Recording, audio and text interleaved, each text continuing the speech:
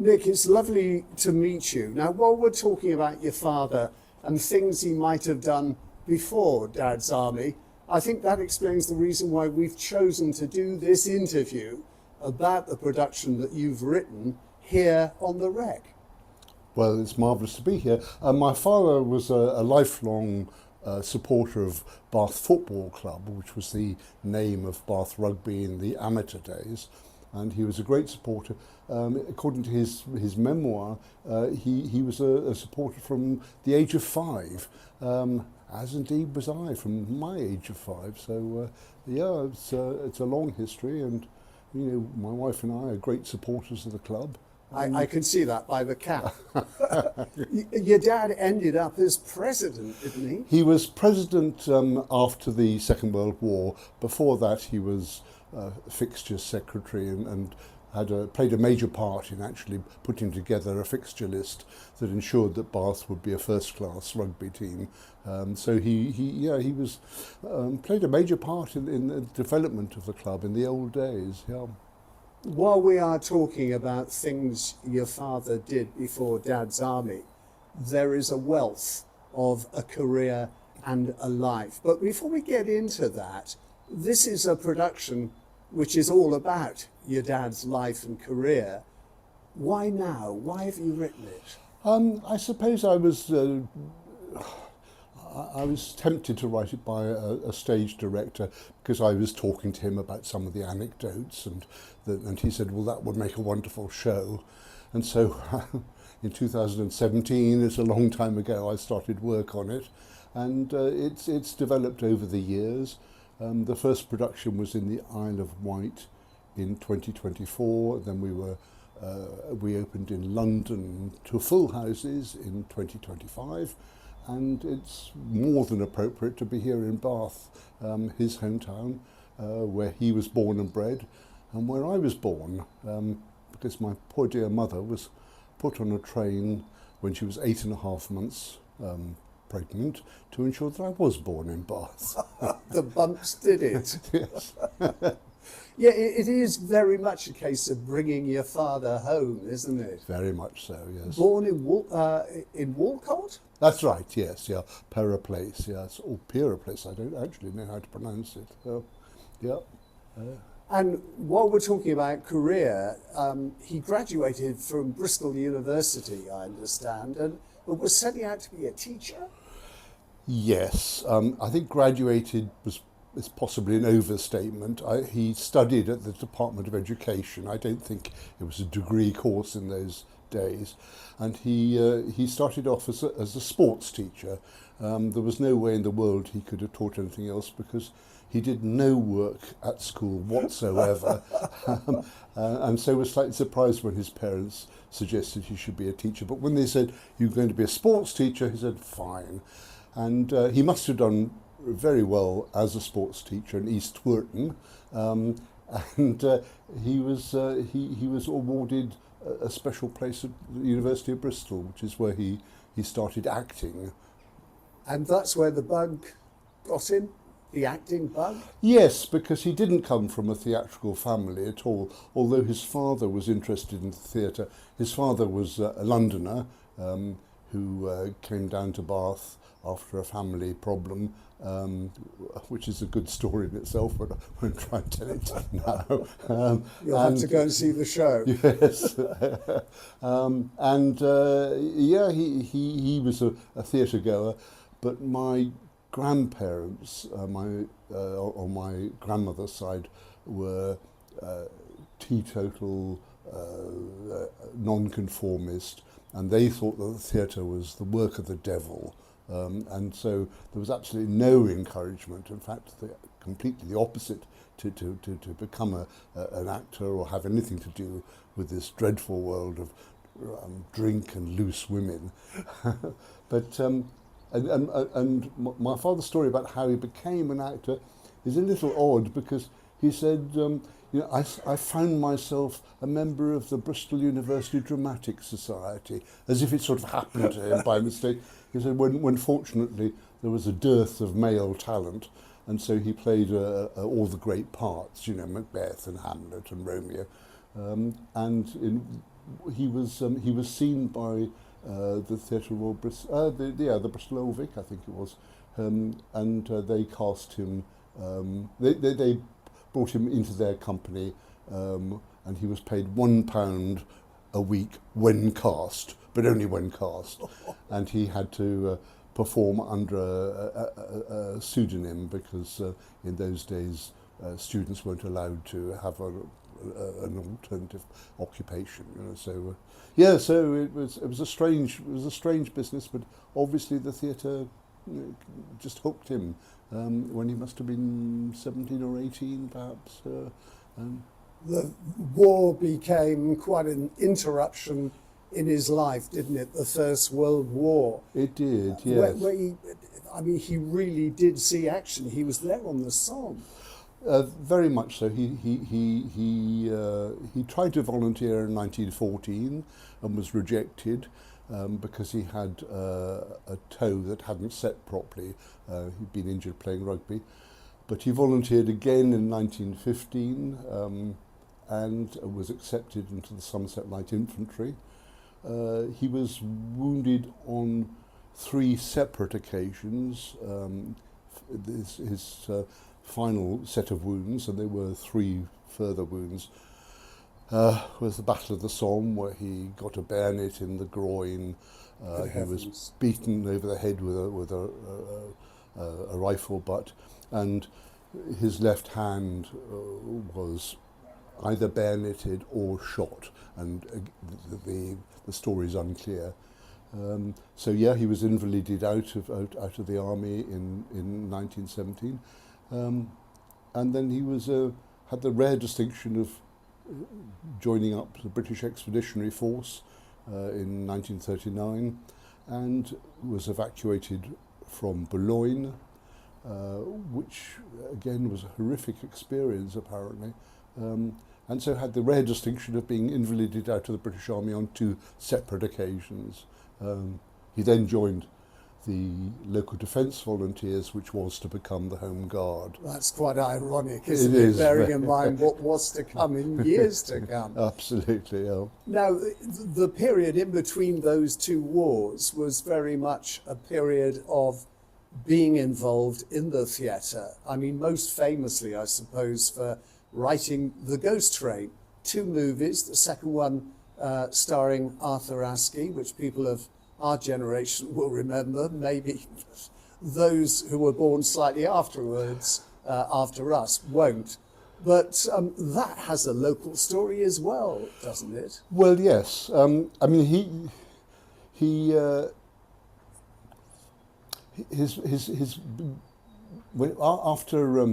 after being invalided out in 1917, he joined the Birmingham Repertory Company, but then his acting career stuttered a bit, as many acting careers do, and he found himself back in Bath, where his father suggested he should manage a boot shop in the corridor, selling seconds. And he was grateful for the opportunity, obviously, but he absolutely hated it. There would have been a blue plaque on a shop there now. And in his spare time, he would go to an upper room above the shop and write plays, and he wrote lots and lots of plays, and as is common, most of them were rejected, many of them completely unread. And then a series of bits of good fortune, The Ghost Train was accepted, and then after again more stuttering starts, became a huge bestseller in the West End and ran for a record number of performances, and things took off from there. And after that he wrote upwards of 30 plays which were directed and produced in the West End. Wow. Yeah, it was an amazing record. So The Ghost Train may well have been written in that room. Oh, it would have been. Yes, it would have been. I think he got the inspiration because he went up to London, where a producer had said that they would produce his play, and at the last minute that producer said, "I'm terribly sorry, I've got other commitments, I can't do it." So my father thought, well, I'll go to the West End and see a thriller, and he wasn't impressed. He said, well, if this is the sort of tripe London producers want, I'll write a thriller of my own. I said, but this time I'll make the characters real and the situation accessible. And he remembered a time when he used to come from Birmingham to Bath on Saturday nights, Sunday mornings, when he was courting, in his words, when he was courting a girl in Bath. And he had to wait in Mangotsfield Junction for about 2.5 hours in the early hours of the morning, where the trains whistled past on their way to Birmingham or Bristol. And he thought, this is where I'll set the play. And he duly set the Ghost Train in a damp, decaying waiting room. And it all happened from there. Yeah. That is absolutely amazing. Reading background information on your dad, there's some hint of a Hollywood connection that didn't work out. Yes, I'm not sure about that, to be honest. He didn't. The Ghost Train went to New York, to Broadway, and had a life in the States. But for various domestic reasons, he wasn't able to go to the States and never went. I don't think that worried him particularly. He wasn't a great one for foreign travel. I think travelling in uniform to France was probably enough for him. Following the Second World War, was there a period where maybe he was a bit depressed about everything? Well, he started a film company before the Second World War, and his first film did reasonably well. And he started on a second film, and in the middle of shooting that film, his backers went broke. That's bad luck. Yeah, oh, terrible. He wasn't very good with money, to be honest. And he'd invested an awful lot of his own money, and so he was broke. He was bankrupt. Didn't go bankrupt, he refused to go bankrupt, although he was advised to go bankrupt. But I think the idea of not paying off what he owed, he wasn't that sort of man, you know. So the next 6, 7, 8 years, everything he earned more or less went to pay off his creditors, until there was only one creditor left, and that was the Inland Revenue. Oh, those people. Now, look, more recently, and during my lifetime and yours, I read about your father having bit parts in things like The Archers on radio, Crossroads for quite a few years, and then nothing. I mean, had he at that point decided that was it career-wise? I mean, you were around then. I don't know what memories you have of that. Well, my memories are mostly of my poor dear father waiting by the telephone for the telephone to ring with the offer of a part, any part at all. All actors are desperate to actually act, you know, and most of them are unemployed most of the time. It was a very perilous existence, to be honest. It was a hand-to-mouth existence. Small parts here, a commercial there, a radio, a film, and with a family to support. Well, absolutely. Yeah, we're a family of 3. I'm an only child, like my father, so it was a very anxious period, and he spent a lot of time being worried, being anxious about money. So whenever anybody has asked me, did you ever think of going on the stage? My answer has always been, as a child, it seemed a very unattractive profession, and my dream was to become a chartered accountant, which I didn't become. It was a hard life, and so he changed agents. I think just before Dad's Army, to somebody absolutely wonderful who really found him the part in Crossroads, and then pursued David Croft with Dad's Army as well. And Dad's Army was just the most wonderful miracle, really, because of course it gave him a small measure of financial stability, but it also restored his faith in himself as an actor, and he made friends. It was a very amicable company. You know, they got on very well, whatever the circumstances, and some of them were pretty tough. But yeah, they were good chums, and he felt himself tremendously privileged to still be working at the age of 80 plus. You know, I mean, he appeared on stage in the West End 8 times in the week of his 80th birthday. Wow.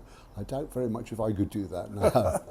Were you ever allowed to go on set and watch recordings? Of No, Dad's Army? no. Dad's Army started in 1968, which was the year I graduated, and I spent most of my 20s and early 30s living and working abroad. So I didn't really get to grips with Dad's Army as it was when it was being recorded. And to be honest, today we think of it as always being a success, but it wasn't. I mean, it was pretty shaky to begin with. It took a while. It took a while to take off. Yeah, it really did. So no, I wasn't really fully aware of the impact of Dad's Army, except I knew that my parents were slightly more comfortably off, which was a great relief. You could go about your business knowing they were okay. They were okay, yes, in a very much better state than when I'd left. But no, I mean, I think I did take part in This Is Your Life, which is, I think, available on YouTube. And I took part on condition that I didn't have to say anything. So if you see an improbably hairy young man looking like a complete lemon, that hairy young man is me. What we call a camera cutaway, just a shot of you smiling or something. Something like that, yeah, just looking like a prune, frankly. Eamon Andrews surprised him at a railway station. That's right, no, it was a very good setup. I was slightly surprised that he accepted. I thought that it was there was a possibility that he might say no, because he wasn't he wasn't an actor's actor. He was look at me, yes, sort of thing. Exactly, it wasn't his way at all. So although he was always very polite when people asked for his autograph, if he saw people coming down the street when he was on tour or something like that, he would duck into a shop. So that wasn't his.